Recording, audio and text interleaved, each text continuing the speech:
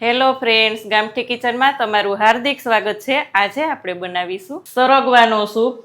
100 બીમારીઓને દૂર કરે તેવો આ સરગવાનો સૂપ કેવી રીતે બનાવવો ચાલો જોઈ લઈએ। સરગવાનો સૂપ બનાવવા માટે અહીંયા મેં જાડી અને મોટી 2 સિંગ લીધી છે। જાડી સિંગ લઈએ તો એનો પલ્પ ખૂબ જ સરસ હોય।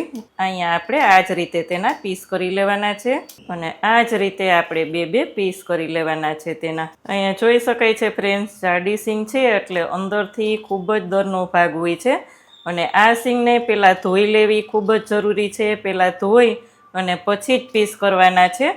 તો આ રીતે આપણે બધા જ પીસ કરી લીધા છે। હવે એક પ્રેશર કુકર લેશું।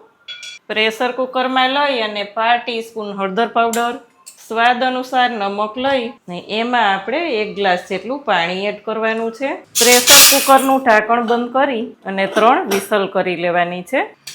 3 વિસલ પછી આપણે જોશું તો અહીંયા આપણો સરગવો એકદમ સરસ બફાઈ ગયો છે, તમે જોઈ શકો છો। તેને આપણે મેસરથી એકદમ મેશ કરી લેશું જેથી કરીને ચોટલાનો ભાગ એકદમ દૂર થઈ જાય। આ જ રીતે એકદમ સરસ મેશ કરતું જવાનું છે। બધું જ મેશ થઈ જાય એટલે આપણે ગાળી લેવાનું છે, ગાળી લેશું। અહીંયા આપણે બધું જ ગાળી લેશું। થોડુંક પાણી એડ કરી દેશું અને હાથ વડે જ એકદમ સરસ મેશ કરી લઈએ।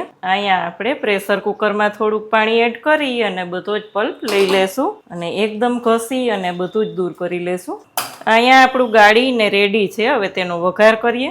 અહીંયા આપણે એક પેનમાં 1.5 ટેબલસ્પૂન ઘી લઈ લેશું। ઘી ગરમ થઈ જાય એટલે 1/4 ટીસ્પૂન આખું જીરું, જીરું થઈ જાય એટલે ચપટી હિંગ લઈ લેશું। 6 થી 7 મીઠા લીમડાના પાન લઈ લેશું અને તેમાં જ આપણે સરગવાનું બધું જ્યુસ એડ કરી દેશું। અહીંયા આપણે નમક બાફવામાં લીધેલું જ છે એટલે સ્વાદ અનુસાર જ થોડુંક પાછું લેવાનું છે, ઘટે તો ચાખીને જ લેવાનું છે।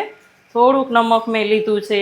1/4 ટીસ્પૂન મરી પાવડર, 1/4 ટીસ્પૂન ધાણા જીરું, એકદમ બધું જ ઉકળવા દેવાનું છે। અહીંયા આપણે હળદર અને નમક પહેલાં જ લઈ લીધું છે એટલે હળદર અને નમક લેવાની જરૂર નથી, જો નમક ઘટે તો જ લેવાનું। વઘાર કર્યા વગર પણ તમે ખાલી મરી નમકનો ઉપયોગ કરી અને લીંબુ છેલ્લે એડ કરી અને બનાવી શકો છો, પણ આ રીતના કરશું તો એકદમ ટેસ્ટી લાગશે અને નાનાથી લઈ અને મોટેરાઓને બધાને ભાવશે।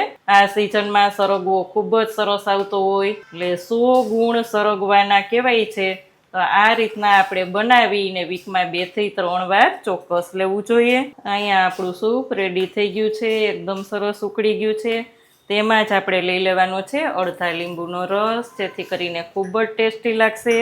અને છેલ્લે આપણે લઈ લેવાના છે લીલા ધાણા। ફ્લેમને બંધ કરીશું અને સર્વ કરીશું। ગરમા ગરમ જ સર્વ કરીશું જેથી ખૂબ જ ટેસ્ટી લાગે। અહીંયા આપણું સૂપ મસ્ત રેડી છે। ડાયાબિટીસ વાળા માટે શ્રેષ્ઠ આ સૂપ। તમને આ રેસીપી કેવી લાગી તે ચોક્કસ કહેજો। કેવી લાગી આજની રેસીપી? જો સારી લાગે તો વિડીયોને લાઇક કરજો, શેર કરજો। ચેનલમાં નવા હોય તો સબસ્ક્રાઈબ કરીને બેલ આઇકોન પ્રેસ કરજો। આવજો ફ્રેન્ડ।